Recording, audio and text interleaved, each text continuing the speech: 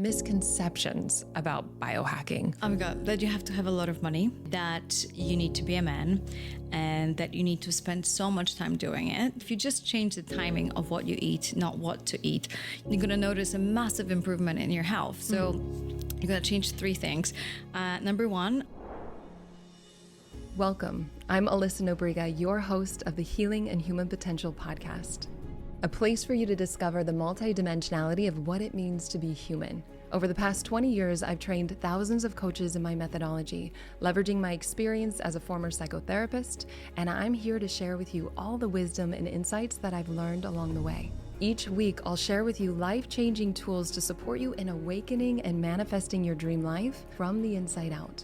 We'll be exploring the intersection between ancient wisdom and modern everyday life, really diving deep into the art of human potential through the lens of psychology, spirituality, and coaching. Let's let the magic unfold. I'm excited for today's episode because we're talking about an extremely important topic, your health. I usually focus more on emotional well-being and spiritual health, but physical health obviously plays a pivotal role in our lives, and it's important for us to learn how to nurture ourselves. And so today I'm sitting down with Aggie, who is on a mission to help women unlock their true power through their health and well-being. And we're going to talk all things food, hormones, stress, biohacking, and so much more. This episode will literally shift your perspective on how you're approaching your health and guide you with practical changes that you can implement to make you look and, more importantly, feel better today. Yay, I'm so happy that you're here, and congratulations on your new book, Biohack Like a Woman. So good. I am curious, just to start off, just hearing misconceptions about biohacking. What are things that we should know that aren't true or that we should be aware of? Oh my God, that you have to have a lot of money, that you need to be a man, and that you need to spend so much time doing it. Yeah. That it's almost like a full-time job. And I think we're all extremely lucky. You know, we live in a big city, we live in LA. You know, we have the privilege of having enough money to invest in our health. It is a massive privilege. But my biggest goal with the book was to make sure that biohacking doesn't mean that you have to spend any money. In fact, you can save money by just adjusting certain things about your diet that will help you spend less money on processed food, and then hopefully your doctor In the long run. Yeah. So it's like you're saving. There's this saying in Polish, I'm Polish, and there's a saying that it's better to invest in a baker than your doctor. It rhymes. It sounds terrible in English, but that's really what we're doing right now, right? Yeah. It's just like trying to invest in prevention, because prevention is the best cure, really. Yeah. And I think more people are waking up to, I think it's sometimes confusing because we hear all these different things about don't eat eggs, don't eat oatmeal, and it's just all the things. And I know you're not about dieting from what I understand. You're more about what you eat, so less toxic food, when you eat, and the order you eat, right? Can you break it down for us? Yeah, so I realized that the truth is you don't have to really change your diet. And we all have very different guts. So your gut and my gut have very little to do with us. I don't know your exact background. I grew up in Poland. The food I was exposed to, my ancestors have been exposed to, is vastly different. And so what I'm realizing more and more, that a lot of, I have a lot of clients that are Asian and they want to start their breakfast, like rice. And it's like, they don't want to start their breakfast with eggs. And so I was like, surely like the nature didn't invent it in a way that we all have eggs and bacon and become American. Like what's the trick to it? And so we went into this rabbit hole with my medical team of what we can see. And turns out that if you just change the timing of what you eat, not what to eat, you're going to notice a massive improvement in your health. So you're going to change three things. Number one, you're going to limit everything you eat into 3 meals, not 6 or 7. Oh. So you're going to give your gut a reset. It's actually, Ayurveda knew that forever. So instead of constantly grazing one latte to another, there is this incredible invention called MMC complex, which basically kind of like, it's like a caboose that transports food from your stomach down your intestine. It takes 2 hours for it to go down through the whole choo-choo train, so to say, of your intestine. If you keep eating, if you have another latte, then you constantly just keep on, it keeps on working and leads to bloating and indigestion and just like a low level inflammation. So limit everything you're eating into 3 meals, then fast according to your cycle. So fasting is incredible, but as a woman, you need to fast according to your cycle because you can lose your cycle. And we love our cycle because cycle is your superpower. And then 3, once you eat, make sure you start eating your food with some fiber, so some vegetables. Then you're going to have meat and protein and, you know, and some fat, and only then you can have your carbs and sugar. And I can't begin to tell you how many people still have rice and they're Asian and they still do this method and they lost 20, 30 pounds, you know, like people that I have worked with, just by changing the order of the food, keeping it to 3 meals and fasting according to your cycle. Yeah. Help me with this, because I have a smoothie and granola in the morning, and I know that that's not ideal. So what would you eat beforehand? Like an avocado? Yes. Yeah. Okay. Yeah. So depends what's inside your smoothie, obviously, but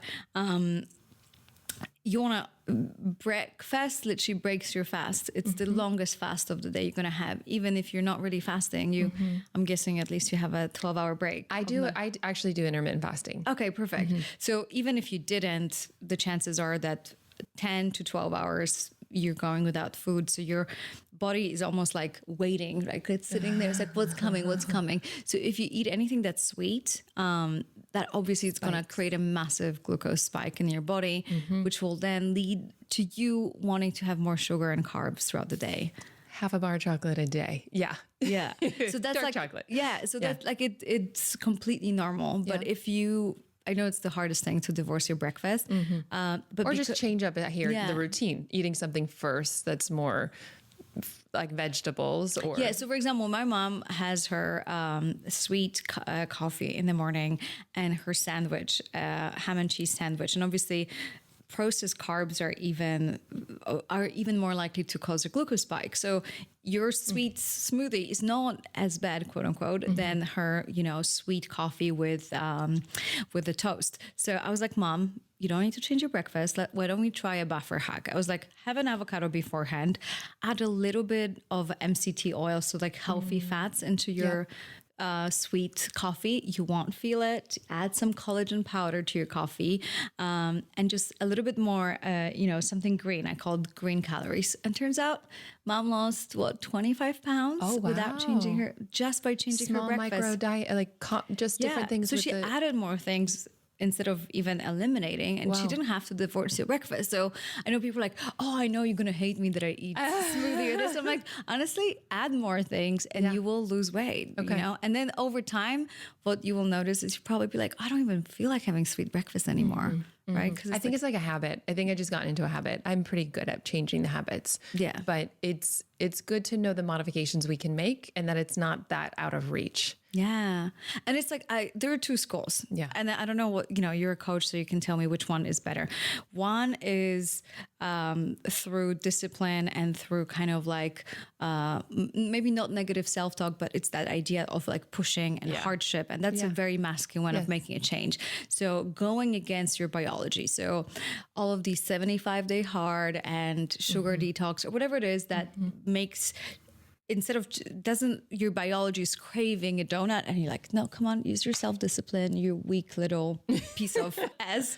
What's wrong with you, kind of. Yeah. But fighting your biology is the hardest thing on the planet. Yeah. There's no way. It's not sustainable. Yeah. Like if you on a glucose roller coaster, of course you want to have a donut. Like it's going to be all you can think about because your body, you're fighting your biology. So why don't we just make those adjustments with biohacking? Then you don't really crave those things, but we're not doing it the painful, brutal way, but the nurturing, motherly way of like little adjustments and like grace. And we dropped in not too long ago and you reflected back to me that it's one of the most beautiful qualities you can do to yourself, to give yourself even more grace. And that's where the biggest change comes, not through pushing. That's right. That's right. Like even accepting resistance, ironically, helps the resistance settle.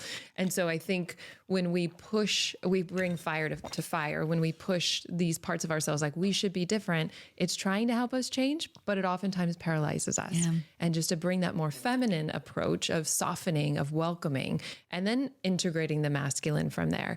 What are those micro changes and how can I show up with myself? I think sometimes people think, self-care means just laying down on the couch, but you can be kind to yourself while taking consistent action, like 100% acceptance. Yeah. And I think obviously it's much easier when you work with your biology versus against it. That's right. Because, it's your biology for a reason. So it's designing you to like survive. So you're finding your survival mechanism. Yeah. But at the same time, yes, you need that discipline a little tiny bit. There are people that are constantly postponing and doing this and avoiding.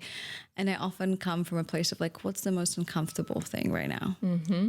Right. Mm-hmm. Mm-hmm. And for me, discomfort might mean being kind to myself. Yep. So that's what I need to do. But for some people, a little bit of discipline, right? So it's like the medicine is not the same medicine as we know for everyone. That's right. My medicine is surrender, grace, taking it easy. For some people, they're gonna need way more discipline than I don't need any more discipline. Yeah. I think I say this often. Some people need fire, others need water, and we're at different stages of our evolution. So really tuning into what we need to make sure we have that support. Yes. So I think biohacking has been definitely the fire. Yeah, it's like wait, masculine. Yes, very masculine. Fasting for 20 hours and cold plunging and doing lines from like cold blood. I love Dave. I love so many guys in the biohacking space. They're super supportive, and they don't have ovaries. Not that ovaries define a woman, but like how can we bring that feminine energy and like claim more space? Yes, for this. Yes, for this. And talk to us about energy levels, because I know this is a big thing for people that are like, I want more energy. Oh, it's the best currency. And people are like, I this reel that like backfired at me because I said, I'm a billionaire. And the best currency in the world, not US dollars and not pounds, energy. Because once you have energy, you can make anything happen. But when you don't have energy, like if you're sick or if you don't have energy, like who cares if you have money? Like this, you can't even spend it, because you feel like you're not alive. Can't get that. So that's energy. For me, it's even more valuable than time. Like I would rather have an incredible connection with you and show up with the best, most beautiful energy with you for an hour than spend here 6 hours with you, just pushing something just because of time. And so that's like my favorite currency, but it's also the one that's the most depleted in all of us. And so if we had like one or two things to focus on to support our energy. Yeah. So you, the funny thing is, you're already using up so much of your energy, but if your body is inflamed, all that energy goes on fixing something that is fighting, like low level inflammation or disease or whatever. So that's what your body is trying to do.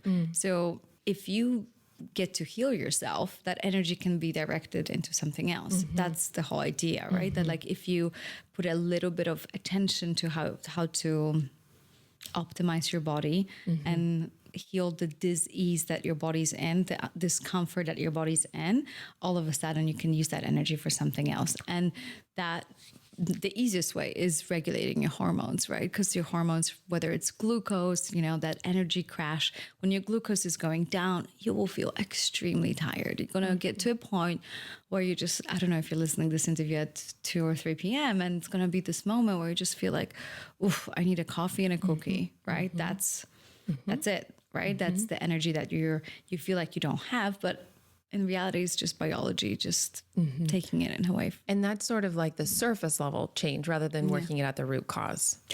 Yes and no. So like, meaning like if you're just having the coffee and the cookie, then you're just working it at the surface versus looking at what's actually going on in my body. What are maybe getting testing and just seeing, or even playing with your diet to say, am I eating too much glucose and I'm spiking and then crashing? Yeah. And, go ahead, try resisting the coffee and the cookie and see how you feel. Like I've been there and we feel like we're not worthy of or like we're broken, that there's something wrong with us, but you're just having a complete healthy biological reaction to a glucose crashing. That's it. There's nothing wrong with it. Your body's working perfectly fine.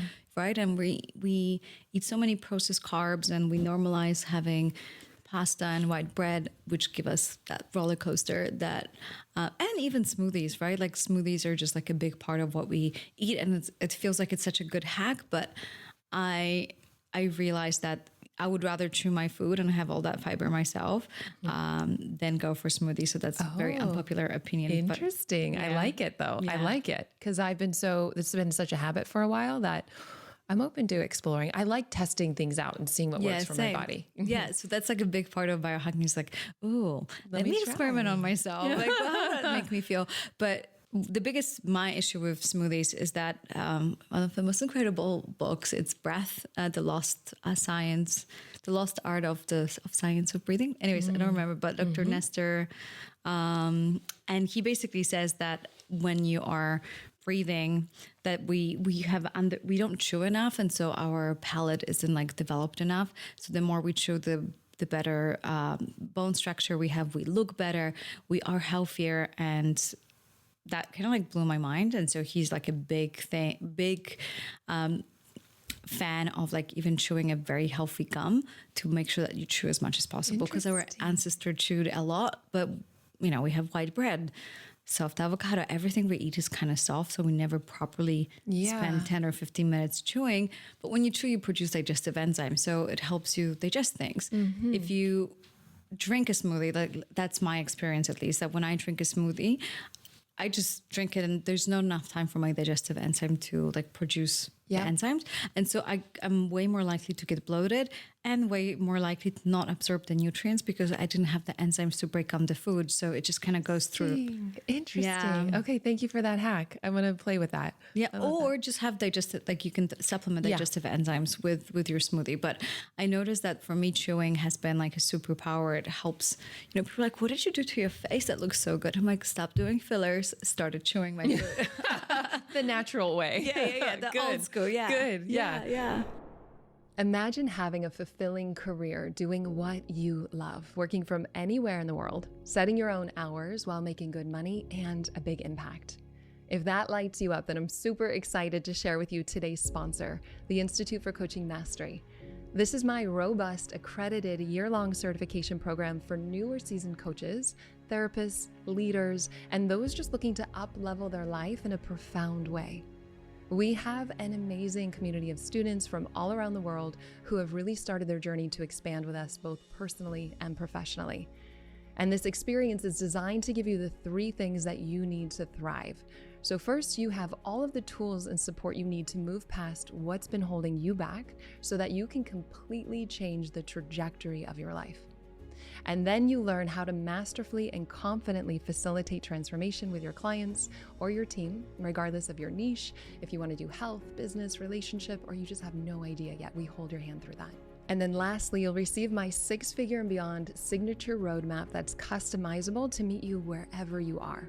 So whether you want to do high ticket sales, online marketing, or you just want to hit 6 figures without ever needing to go on social media, we've got you covered. And this truly is the most rewarding work in the world. We have new students now who have a waitlist of dream clients in under a year. We also have seasoned students who are doing $80,000 months. And this is really about creating lasting transformation from the inside out so that you can share your gifts and serve the world in all the ways that you're called to. And I've seen firsthand the power of what happens when you have the community to collaborate with, but you also have the right tools and resources to really thrive. And so whether you want to do your own personal development, you're wanting to become a coach, or you're just looking for a cutting-edge approach to really grow your business, the Institute for Coaching Mastery is for you. You are held every single step of the way. And so if you want to get behind-the-scenes access to the Institute with 3 proven transformational tools for free to help you create the business and life you love, all you have to do is go to alyssanobriga.com/tools, or you can find us at alyssanobriga.com/apply now to see all the details and apply today. And what about stress? I know in your book, I think you have a whole chapter on stress and like really novel ways to address stress by having more stress, by having being a bitch, by having anger. Share with us, unpack stress, because obviously energy is part of it and stress is another. It was honestly the hardest thing to write because like what do you have to stress less and give less funks, and yet you still do. Yeah. And why is it? It's because that unprocessed trauma from way back when, where this seemingly not very big event just triggers you to a point of like, oh my God, like I feel really, really stressed about what happened at work. Yeah. It feels tiny. or that someone didn't text me or didn't, whatever that the core wounded is, feeling uninvited or feeling inconsidered or feeling guilt or whatever it might be. And so women have 80% of autoimmune disease. It is insane. I mean, I have hypothyroid. I've had it since I was 12. I literally was at a dinner the other night and 6 women were talking. 4 of them had hypothyroid. I was like, Yeah. And so I think that's no coincidence, right? So if there's a part of that we, we are exposed to way more toxins than men. So an average woman is exposed to 168 toxins, and so just a day. Wow. So that's a crazy number for your body. Speaking of energy and what is your body doing right now, especially with thyroid and just hormones in general, like it's these are endocrine disruptors that are constantly that we're surrounded with, right? And second is realizing that we are hypervigilant and super worried about how everyone feels. And we want to help everybody on the planet, like reflecting back to you, but that why you're a coach, right? Because you care, and so you care about everyone doing well, and so it's really, really hard when you have that beautiful gift to be able to take care of yourself as well, right? Yeah, it's a big one for women. Yeah. It definitely has been some of my edge and some of my healing, something I'm currently working on, of not being over-responsible. But I think that there are, at least the perspective I choose to believe is that even my thyroid, when it acts up, it's feedback for me to listen. The body is so wise, so intelligent. So how do I really tune into what it's trying to teach me so I can come back into harmony and alignment and not really be responsible? Yeah. And so that's like, when it comes to stress, we are so worried about how everyone else feels. And I really believe that we take on, like worries of other people. Like my fiance was going through something super hard yesterday and I was suffering with him. And then I couldn't sleep a whole night as well, because I was just like, oh, it breaks my heart for him to go through this. And it's like, we're interconnected. We aren't ever taught how to manage our energy.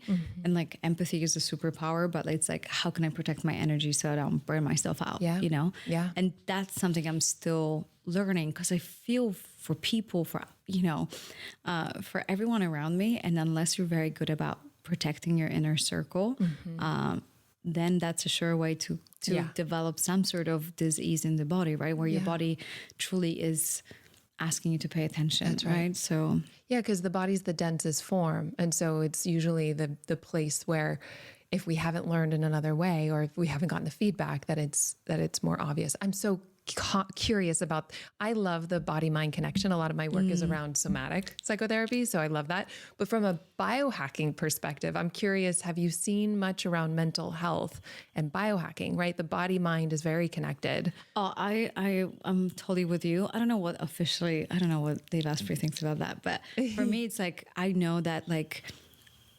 going even deeper of like the feeling of safety and the root chakra and the financial stability, and how like whenever that is present for me, that my lower back hurts. Like for me, it's just like obvious. textbook example. It's like, wow, like it's kind of incredible that your body really keeps the score. And so one of the things that I say in the book is like, you kind of have to be a bitch, because if bitch is taking care of having boundaries, taking care of yourself and choosing and being selfish, then so be it. I love that. So then it's really about accessing the archetype that you have undeveloped in service to you being in harmony in the moment. So if you've been the people pleaser, being the bitch helps round you out to be able to have healthy boundaries to protect yourself and to protect the relationship. Because what happens is like, you're not reliable as a people pleaser. You're going to say you're going to do something and then you're going to flake because you feel like, oh, I really can't do it, or it's too much, or you're going to show up from a place of exhaustion, right? Which is not really truly showing up. But then you're going to create that resentment. So my people-pleasing friends are the most resentful people I know, right? They are. Or depleted, super burned out and tired. Depleted, resentful, but also unreliable. That's right. Yeah. Because if they're not able to speak their own boundaries and take care of themselves, of course, then that would spill over to others. Yeah. And it's that idea, and I don't know, maybe you can reflect back in your circle as well, that those are not the people I feel like I can be true with. Be honest with, and trust that they're gonna show up, because I'm like, they're not showing up for themselves. That's right. So like that's right. like a level of, okay, like you're not ready to hold space for me because you're not really holding space for yourself. That's great turnaround. Because then, obviously people pleasers would hear this and be like, well, I want you to trust me. So using that in service to being, learning to really trust ourselves helps other people feel safe to be able to 100%. Yeah. And so that's why I love people with like a very clear boundaries, like yourself. Like, I don't know you very well, but I can already tell, like, you do not give a funk about like what you think you're being perceived, but what you say is very like direct. And I'm like, cool, I can trust her because she doesn't try for me to like you. Yeah. To be different. Yeah. And, I think the bigger the leadership, the bigger we have visibility, the more we are a mirror for people's shadow and light. That's what you said to me. Yeah. Yes. And say that again for people in the back, but it's so good. So the bigger our visibility is, the more leadership we have. We are a mirror for people's shadow and light. And so you have a very large online presence. How do you navigate that? I'm sure there's been times of you growing into,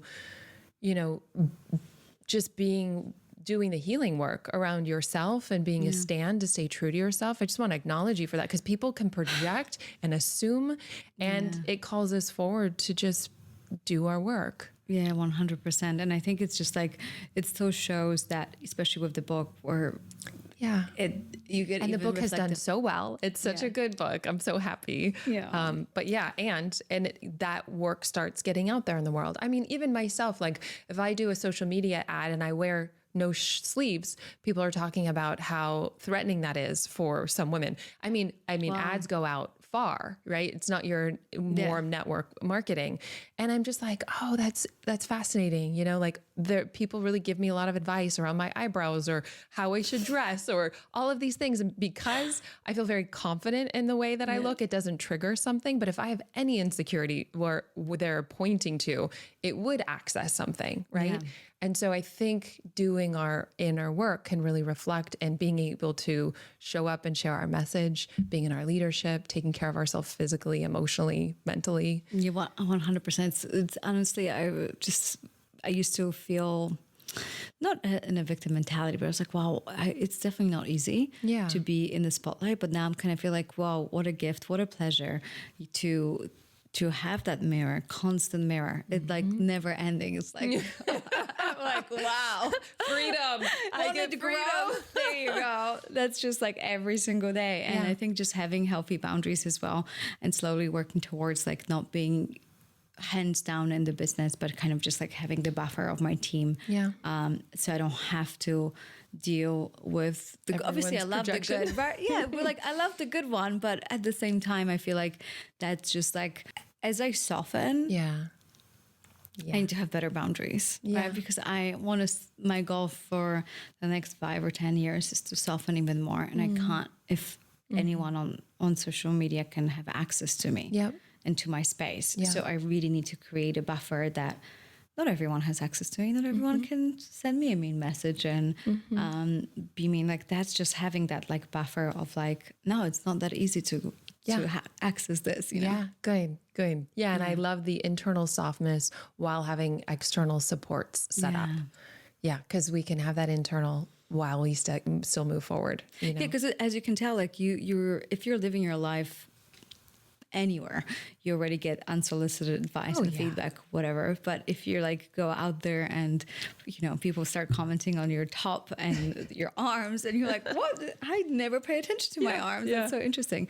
So that has been like the biggest gift, but I'm also learning that boundaries is like part of self. I mean, I already knew I was going to like you, but I really love you. And like, I can feel your presence and your care, and just even the moments that we've gotten to drop in, I'm like, there's a purity about you. And I really just want to speak that into this space. Oh, thank you. And I also love that you're a stand for the mind-body connection. I saw one of your posts was about having all these, this machinery plugged into your head, and it was tracking a simple process of self-forgiveness, right? I already know, and it makes so much sense based on the work that I do, but can you share with us what that process was like? 100%. So you basically, sorry, I'm just going to have the loudest sip of water, guys. Amazing. So I did 40 years of Zen, which is basically a brain retreat. So for 5 days, you're disconnected from civilization in the woods in Seattle, and your brain is plugged in and it gives you feedback. So every time you're in the alpha state, you get a little gong, right? So if you come out of alpha state, so alpha state, for those who don't know, it's like the meditation state. Beta is when you drink coffee, have this conversation and you're doing.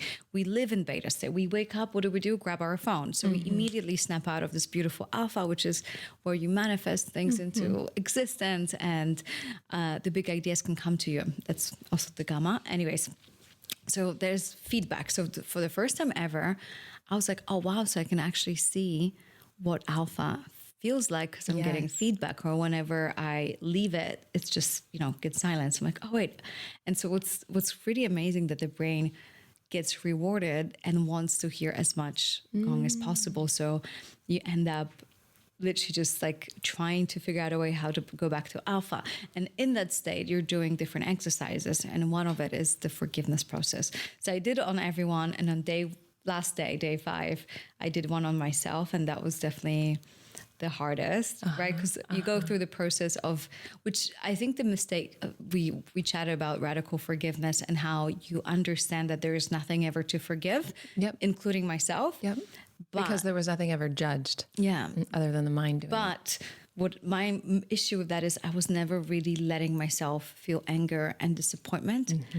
Total 101 spiritual bypassing. So I was like, well, I already know that there's nothing to forgive, but I didn't let myself feel all of those things. And so in that process for 3 days, I was like, guys, I'm going to be forgiving people for a week. I have nothing to forgive. There's nothing to forgive, And they were like, you work with like a bunch of, scientists. I was like, let's just try maybe one more time. Yeah. And so on day 3, I was like, oh my God, I let myself feel angry. And the funny thing is, you need to feel, according to the science, you need to feel the negative emotions before the to heal and forgive. That's I don't right. know why. No, but 100%. But like according to science, like that's I love even that science is figuring out what therapists have already known. Yeah, that you really need to allow yourself to feel it, to heal it. Literally, we've been saying that for a very long time, but now the science actually sees that. The thing is, you want to feel the anger, the judgment, whatever, and then feel the forgiveness for twice as long for you to actually fully forgive. So that's really interesting, that it couldn't just be like a thought, but you really need to like sit down with it. And obviously forgiving yourself is the hardest thing on the planet. It's and you think it's harder not to forgive. I think the willingness may be hard, but when we do, it softens our whole nervous system. And then people feel better around you, right? Because it's like, oh, she's like, oh, like you can tell that the biggest, I guess, unease that I can bring into the room is how I feel about myself. Because if I'm really hard on myself and aren't really fully present with my emotions, I'm going to bring that same energy into the room, right? And come with that judgmental attitude, even though we might like to think that that's not the case, but it's exactly what's happening. Oh yeah. If you're judging yourself, then you're also going to judge that pattern in someone else and vice versa. So the work we've done, people can feel. Yeah. But I love what you've come to. I mean, it's everything that I think therapists also speak to. You have to be honest with whatever's real. That's why shadow work and then the manifestation. But I think of forgiveness as a bridge from the heart back up into the head. Oh, beautiful. And so I love this process this statement I heard from the University of Santa Monica. I used to work on faculty at this master's program. They say, I forgive myself for buying into the misunderstanding and whatever the judgment is. And then you state what's true. It's like, I forgive myself for buying into the misunderstanding that I am not good enough. The truth is that's just a story in my mind. It had no basis in reality. And then we'll do like at least 5 rounds, like you're saying, more time in the forgiveness, not just in the shadow. And I'm so curious. But everyone does the opposite, right? So we sit and beat ourselves up for God knows how long. Thinking that it's helpful to beat ourselves up. Yes. Yeah. And it's not. And it's not. It paralyzes us. But then I forgive myself for buying into the misunderstanding I should have forgiven. The truth is, forgiveness was just trying to motivate me to do better. I can see differently now. And then to upgrade that pattern, right? And or I forgive myself for not being able to forgive yet, right? Exactly. Or thinking I should have forgiven. Yeah. It's okay exactly where I'm at. Like that softens it. That's the feminine. That's the acceptance. Feminine. Yeah. And that's beautiful. And I think even with forgiveness, sometimes we don't forgive ourselves because we think we knew better, but that's a mental knowing. And it's like watering a plant where it starts to seep into our heart and we're like, okay, I can feel it, but it hasn't fully integrated into your gut, into a lived way of being. Yeah. And so if people are having a hard time forgiving themselves, just offering ourselves grace for that. Yeah. I mean, hindsight 2020, right? Yeah. Like we all feel like, should have done this, should have done that. But I think at the end of the day, we usually just do the best we can. 100%. Right? From the level of like exhaustion, biology. So sure, like if you take, 10 years later, it's so easy to say, I wish I have done it better, but you did the best you could. Yeah, we're learning here in Earth School. It's all good. Yes. But I love the forgiveness was actually scientifically proven to support the regulation of your nervous system, and that was the body. hardest thing for me to like actually to kind of like surrender to. Yeah. Right. And I think also you being hooked up showed you when you're in alpha and how to get back there, right? I'm going to show you photos Great. of my brain scan. It's like, basically it's like all of these lines, you get all the 5 different brain waves. And so you see how they are kind of like on the same level. And then the forgiveness of how they're like off the chart, completely gone. Yeah. And so they can see, I was like in this pod in this capsule and they were like, oh my God, she's doing the forgiveness work. Beautiful. And you can actually see what's happening in your brain. And for me to like, I was making notes of like, this time I'm going to sing my mantra. This time I'm going to think about my mom. And then looking back and seeing like, it changes my brain.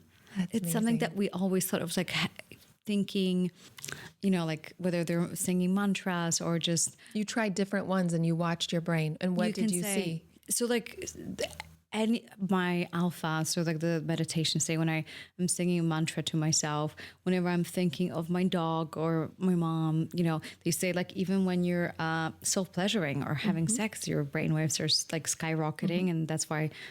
Emily Fletcher. Yeah. So that she's like a big on manifesting through self-pleasure because you tap into your brainwaves changing, and that's the best place to manifest from. So yeah.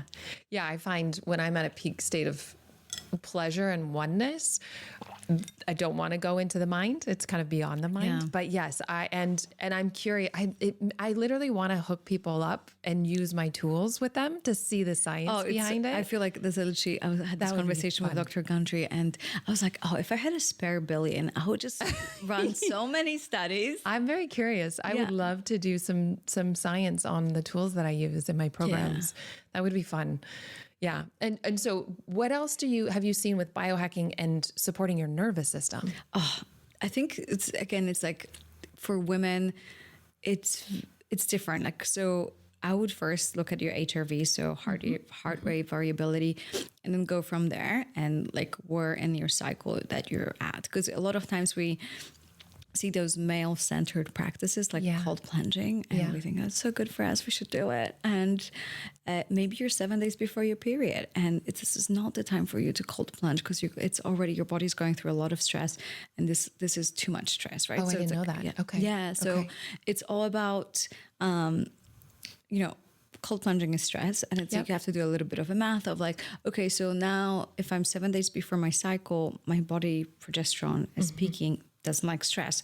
So I'm not going to cold plunge. I'm not going to have a cardio class or like a really intense workout because I'm going to gain weight, because my body's going to kick into like survival mode.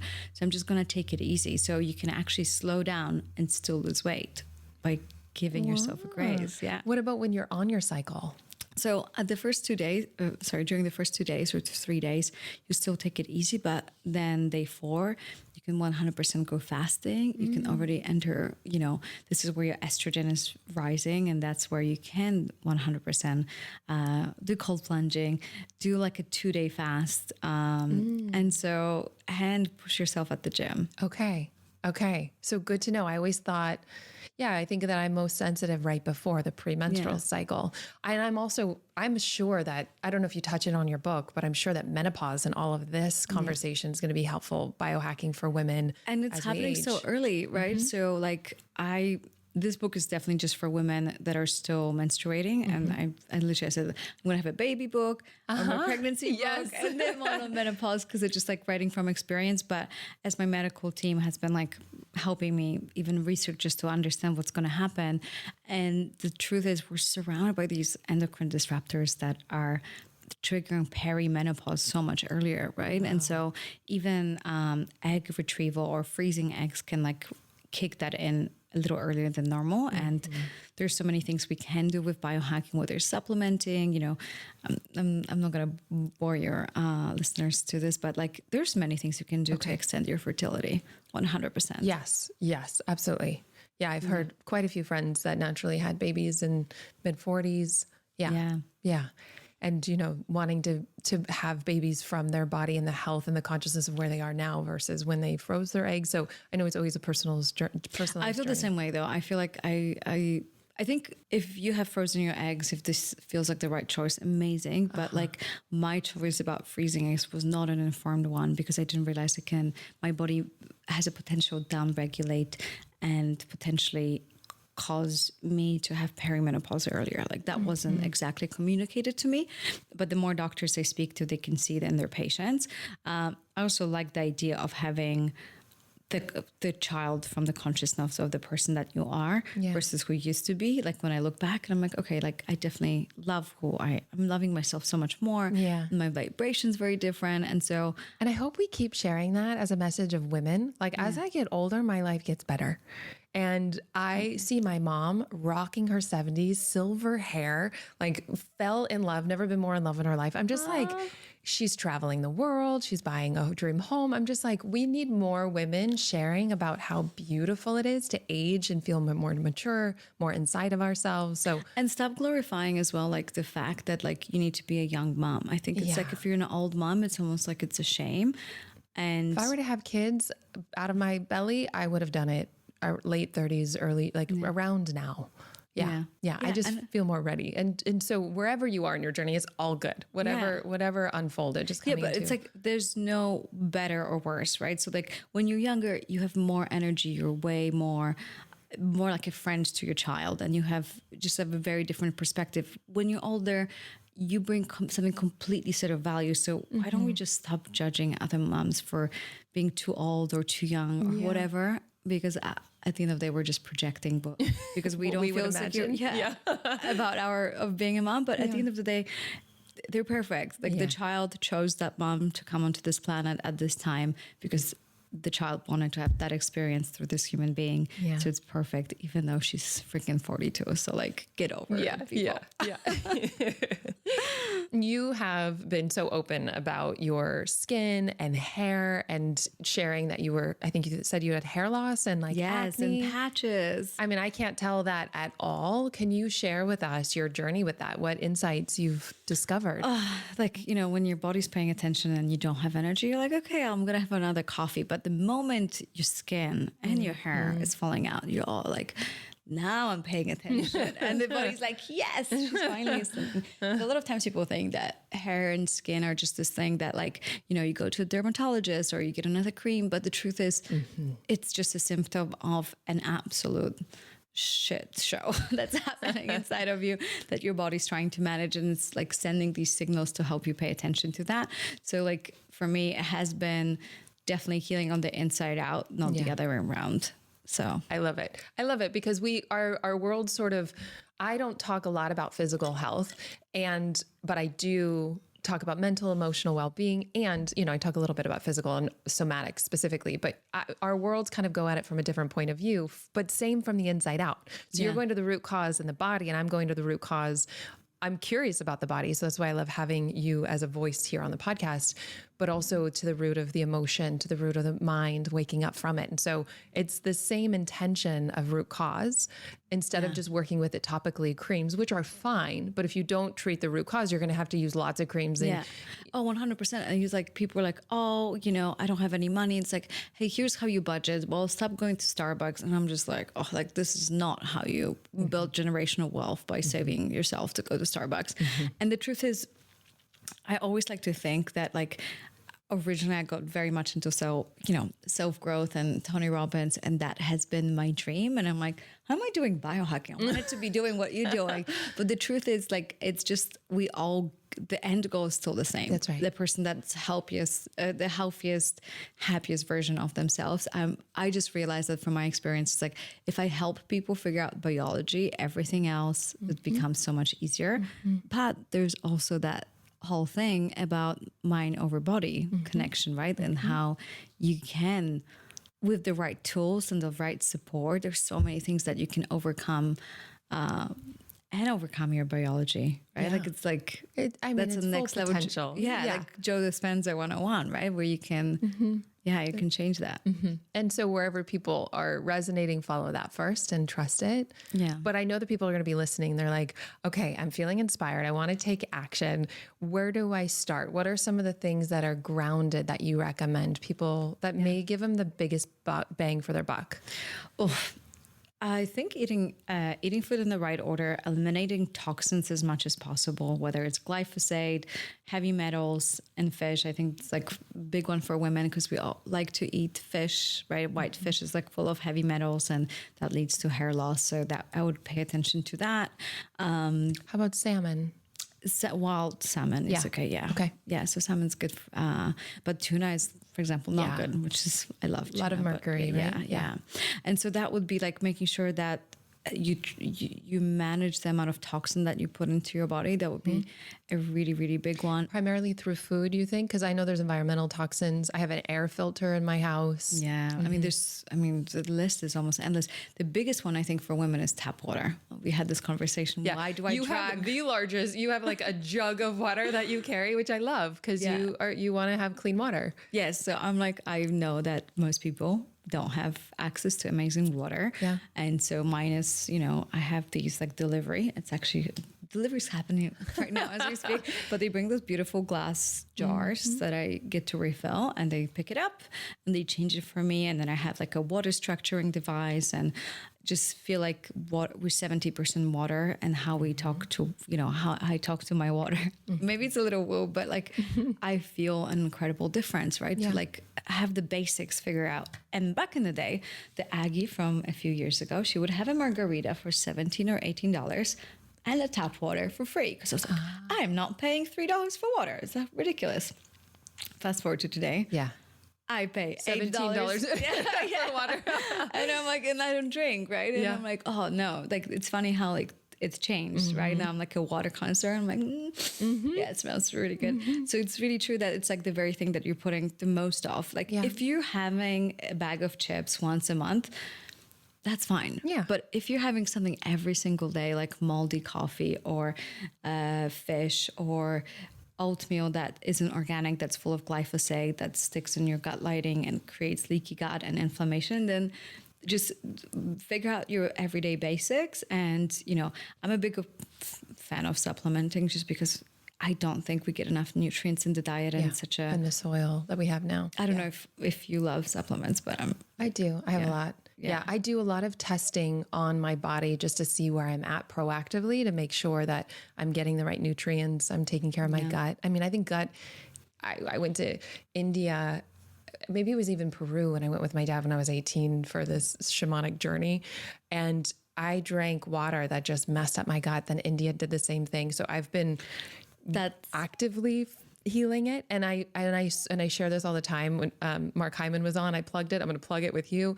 GSE, grapefruit seed extract, changed the game. Anytime I go to Bali, every meal, I love Bali, but we all know Bali belly. So I have GSE with, I like the tablets, not the drops. I have it every single meal and I never get sick.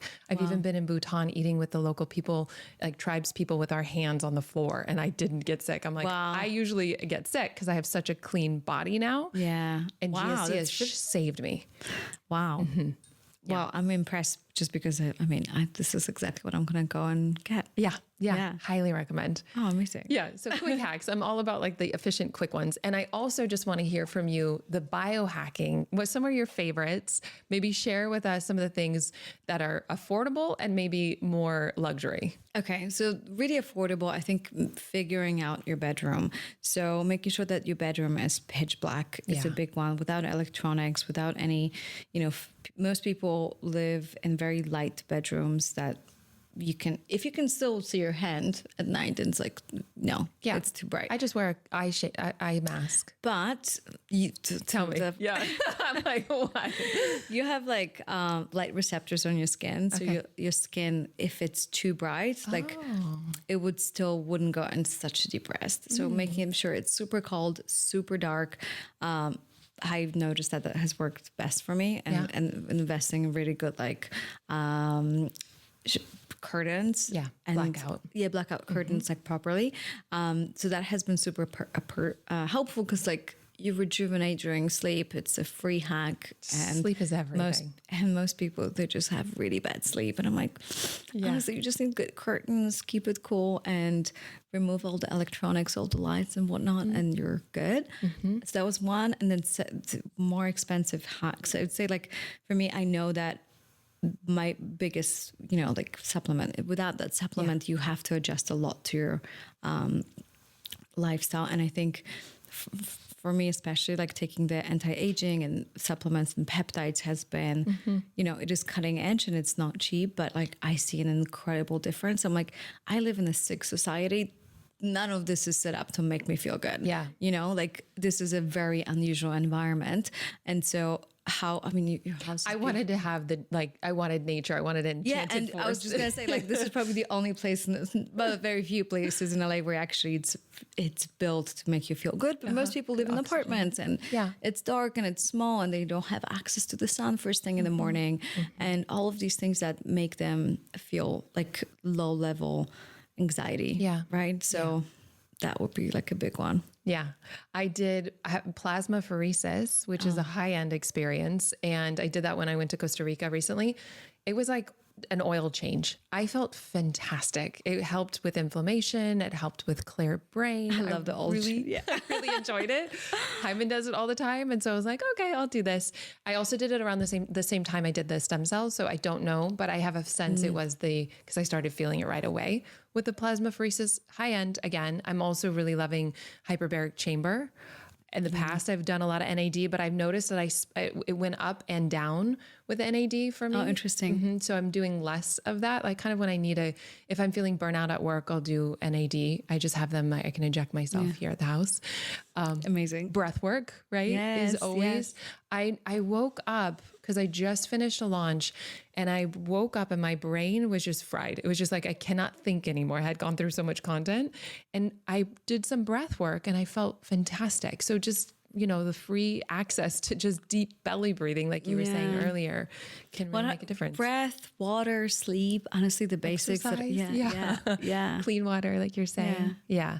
And nature, just being outside in good company, good friends. Yes. Community, which I think it's like, we're very lucky to say that we have access to the most incredible community. Yeah. So. Yeah.